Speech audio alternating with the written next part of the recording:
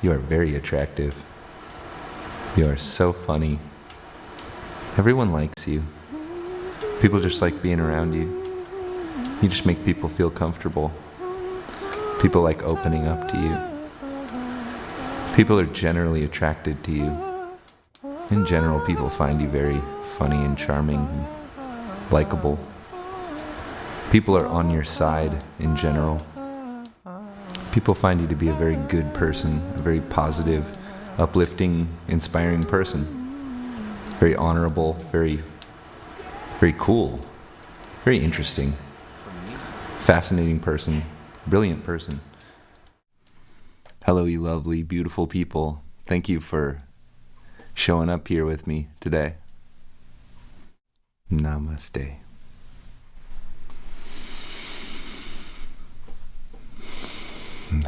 How do you say namaste? How do you say namaste? What does it feel like? What's the feeling you associate with that? Today we're going to talk about a very special topic that needed a little bit of grounding to get to. I sort of brought this up a little bit in the Surreal Love series in discussion about codependency, and I also touched on it in the gender series. And in the podcast with James, we've talked about it a bit.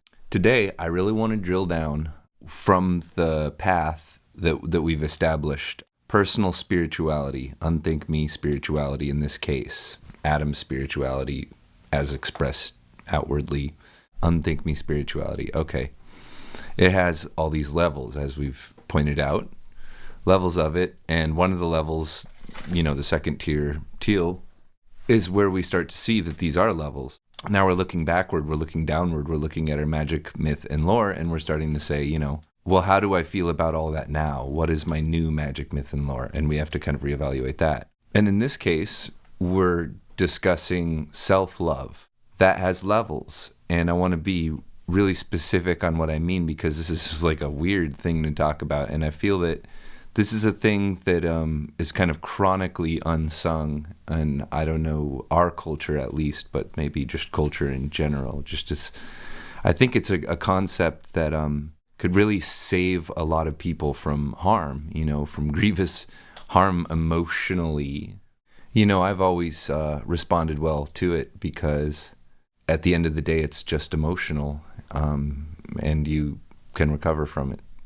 Now, as before, this is not about self-love in the sense of what I call self-cultivation. This is not about a sexual relationship. Although you may see a kind of shadow there, a kind of, relationship there too. These are separate but interrelated phenomena. So the sexuality, is informative, but this is not our focus.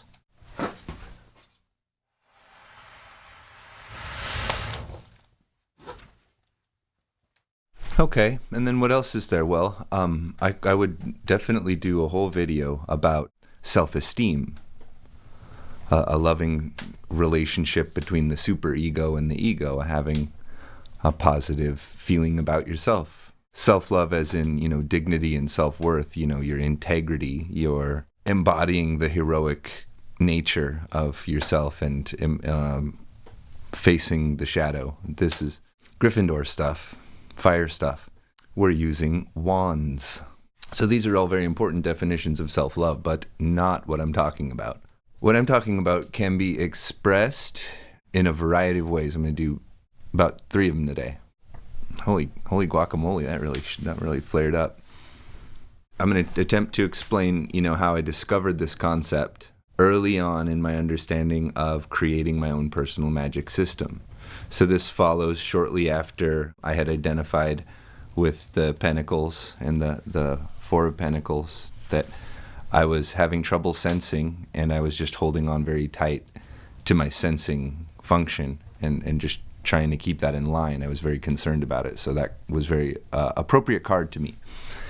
And I had done the whole magic pine cone deal.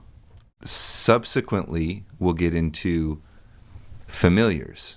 But right now, I want to try and really impart what I mean regarding this very thing this very thing of now that's happening now, our exchange right now, as it were, this environment we are in right now, you are in, I am in, this universe, this. Romantically loving that as thou, as everything but me. Romantically loving that. And we can also call this self-love, but I'm just talking about the concept right now so you know what I'm talking about. If you can achieve a state or a long-term stage of self-love, and that can be your habitual baseline, you will not be pursuing codependent exchanges. You will not be flattered by illusion. It's maddening that the way people will generally put this for this sort of recovery, for the sort of things I talk about in Surreal Love. The thing you want, the thing you're looking for, should be relatively boring. The exciting thing that comes out of nowhere, that you can't. It seems too good to be true. Run like hell, and I know you can't. You can't avoid. You're the gambler. But I'm missing out on 1 million. Look at that 1 million. I can't just let that go. That's how they get you. They go out looking for that desperation. And hopefully I can show you how this begins with the beginning of your mind, with the beginning of your psychosexual, Freudian, in this case, nature, the way that you relate to the parents and the way that they relate to one another. I have become a magnet for this. And I see it. What do you do? And what I'm talking about now is sort of ancient history now. The story develops. I want you to think for just a minute now about your relationship with your pet, if you're a pet person, if you have pets. And understand that the way that you relate to that pet is imaginary, in that you imagine their motives like a little person, they're your family member. They don't perceive reality that way. They respond instinctually to whatever's happening, and their instincts are to be cute and docile around you so that you'll feed them. And there's utterly nothing going on in the front of house. They're just responding to stimuli. But hopefully you can see how the mind has projected outward loving to a beast, and how in embodying that and actually acting out that relationship, it provides benefits, and you can continue to pretend that it's a little person. It'll continue to respond in ways that'll enable you to do that.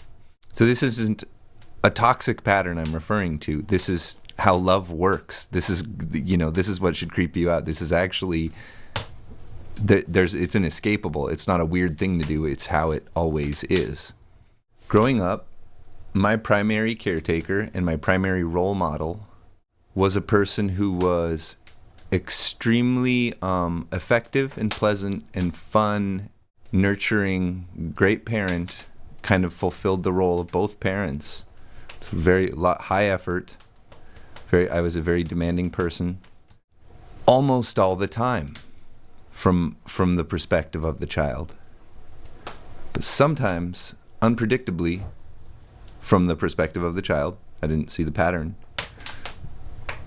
it would kind of explode, and something very violent, sort of out of control, unexpected, mood swing sort of thing, a momentary, impulsive, explosive thing, very panic-inducing and destabilizing.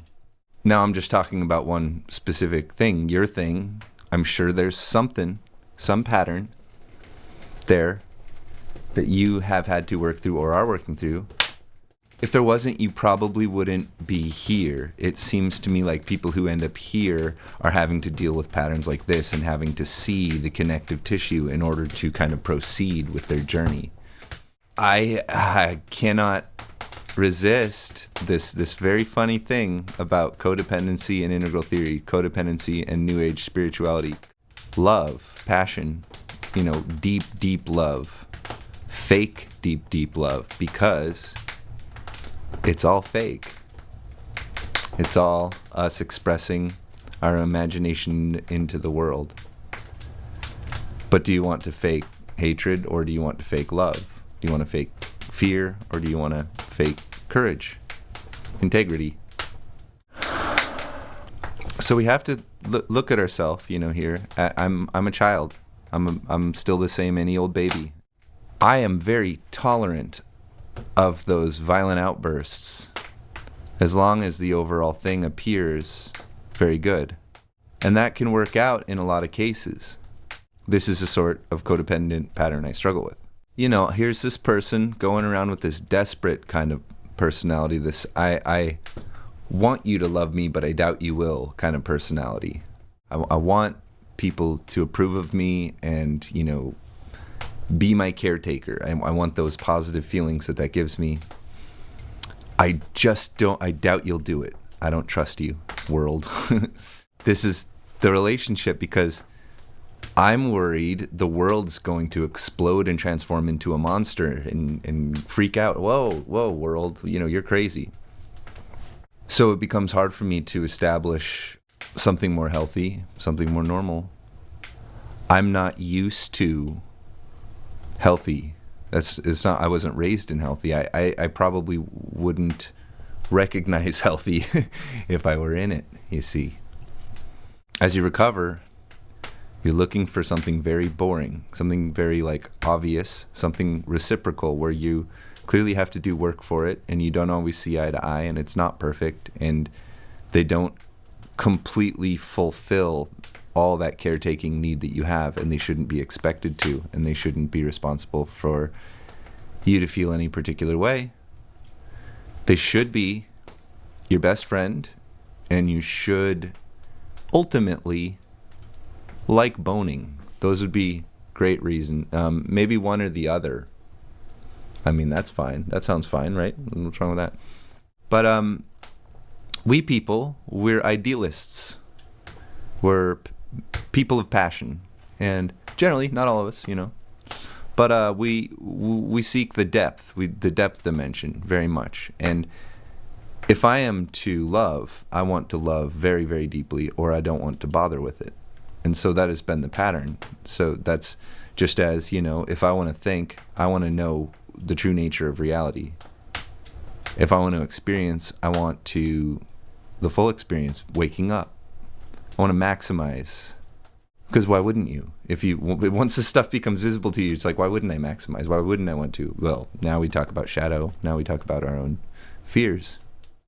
My fear is an anxiety about not being caretaken by the world itself that has been extrapolated out from my relationship with the parent, and a concern that the world itself is insane or has sort of a screw loose where they find it funny or appealing or attractive to do these insanely harmful things, and it's just it's unbelievable to see from my perspective, from this perspective.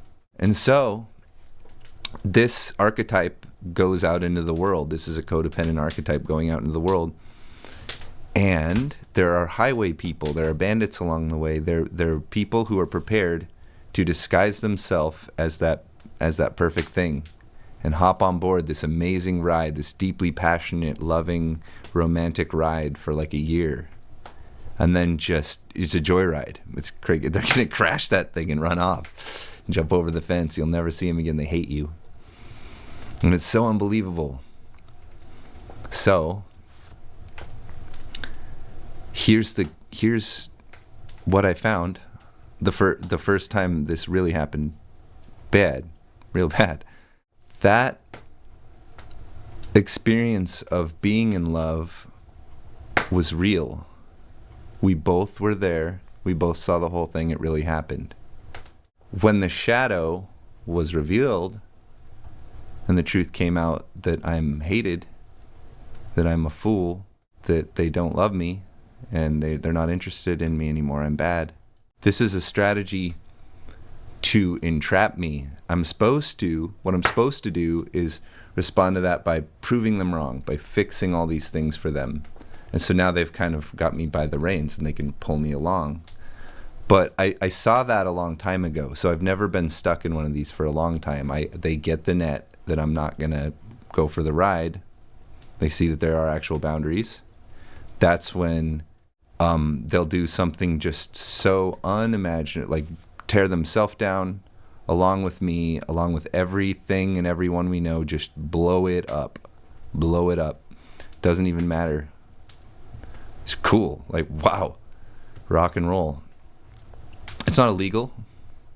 Your friends probably won't even, really frown on it. That's your business. So, there's no real consequence to this. It's a thing you can choose to do. This is why love is so beautiful, because you have the power to do something like that, and you are trusting. This nature of love is to trust that they would never do something horrible to hurt you because it's funny or sexy or something. And so now you really want to prove that love is real. You go off in the world and you really have an axe to grind, because that fake person is still rooting for you. See, the mind doesn't care about which one is true. There's the fake person, the fake X, and the real X. Which one do you want? I don't know the real person.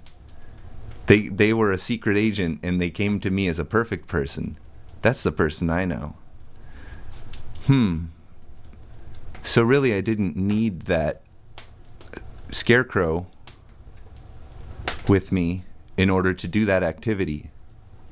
I apparently have never been in a relationship with a real person. Well, that's a little embarrassing. So my status is self-partnered. This is what I mean. I love fake people. I have romantic relationships with actors playing partners of mine, and they're awesome. They're great relationships.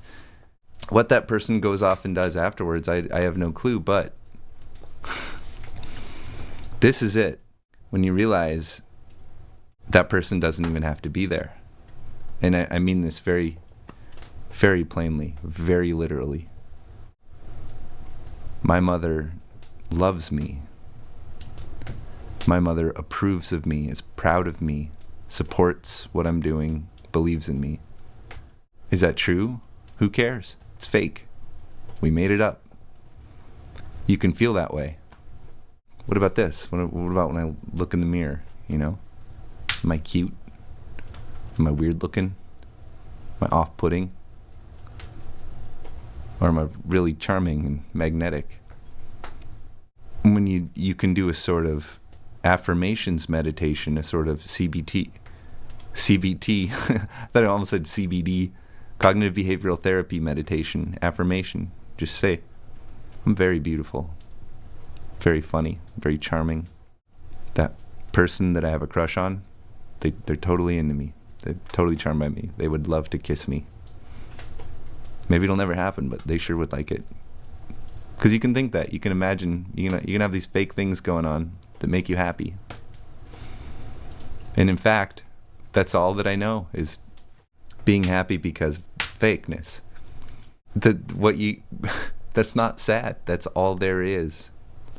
You can do that with someone who's mutual in it, who will do it with you. That's an arrangement you can work out. We call it marriage usually. And maybe your imaginary aunt in a VR helmet love relationship will continue to enable one another for the whole time. Beautiful. That's what it is. Pairing.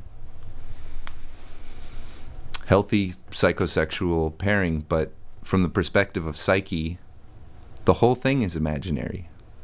And now you can get into magic tricks, which is, how do I want to feel about a person that I was in a long-term relationship with and then they cheated on me? How do I feel about that person? I could be very mad and very demotivated and very hurt and very blaming and to the real person who I don't know, who I don't care about. Or that fake person still loves me just as much as ever. Loves stroking my chin. What's the difference? It's her fingers or my fingers.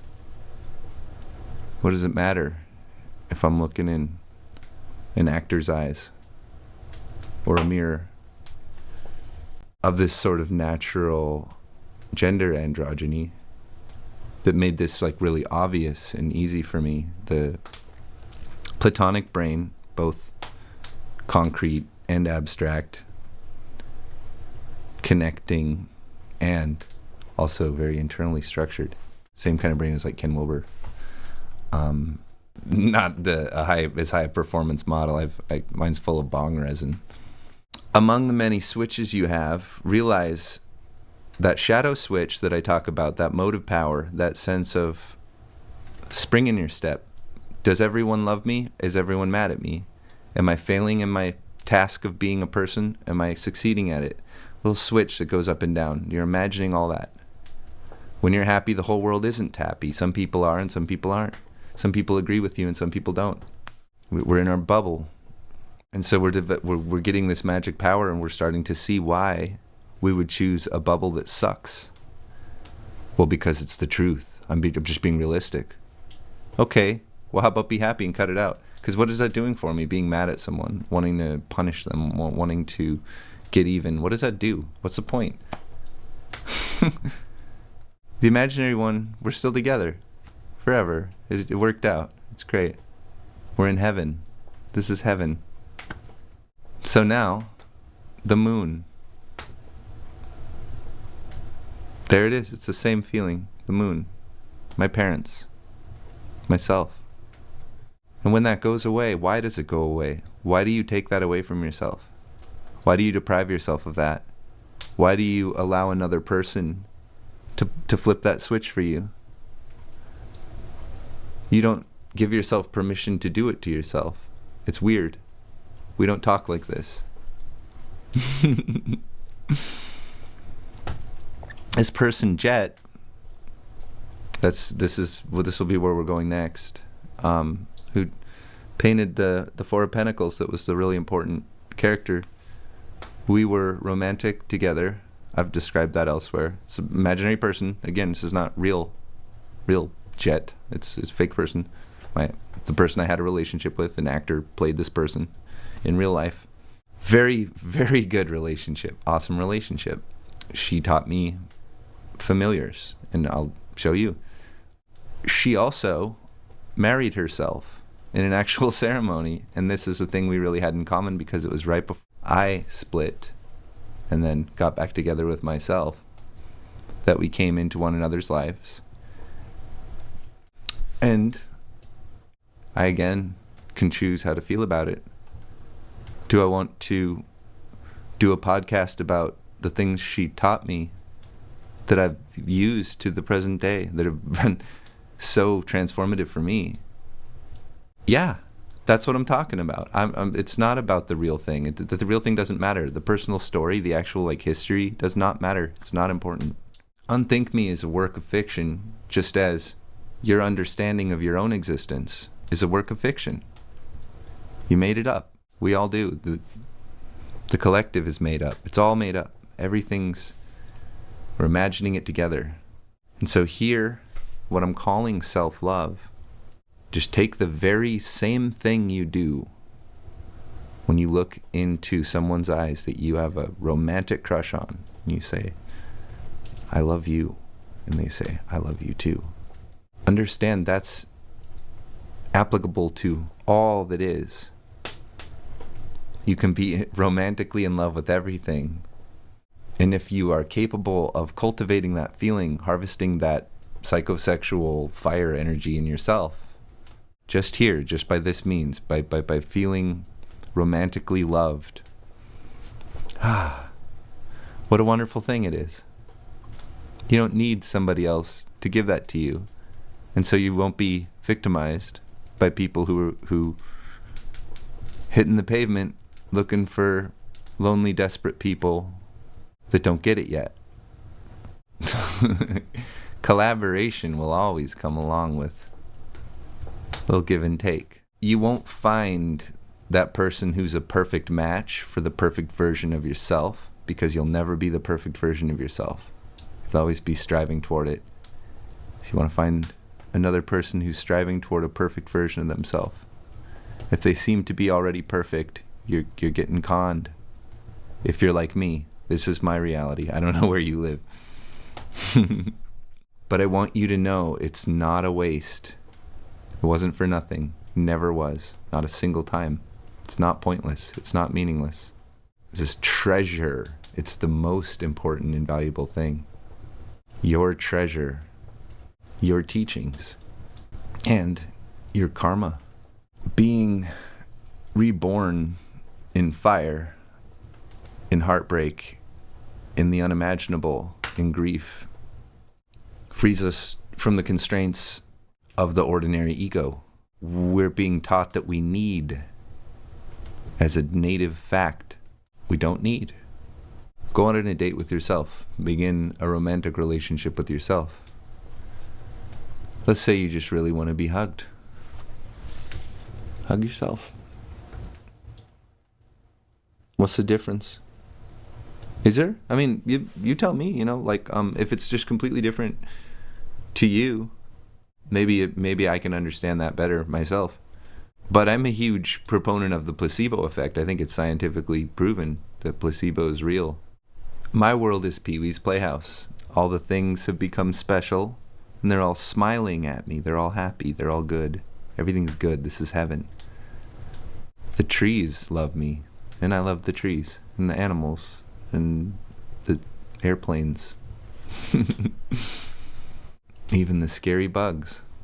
What self-respecting person would want to spend time in something like that? I just love it. I'm having a blast. It seems like, compared to what I'm seeing out and about, you just need to know that you are special and you're important, and the things you do mean something because you say they do. You were there and you saw the whole thing, and this is what you're going to do about it. Self-soothing behaviors. Self-soothing thinking. Positive. Reinforcing. Don't hold yourself back.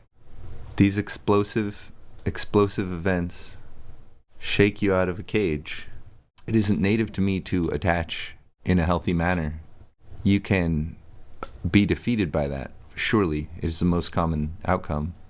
But it is to me a challenge. Can I not imagine into being healthy attachment? Long-term, moderate, intimate, moderate, passionate. But I remain present. You remain present. We all just stay here.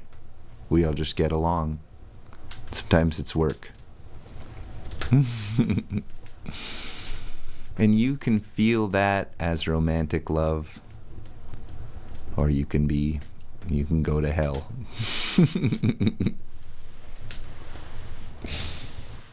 But you have to spend a little bit of time there. You have to know the difference. I'm rooting for you.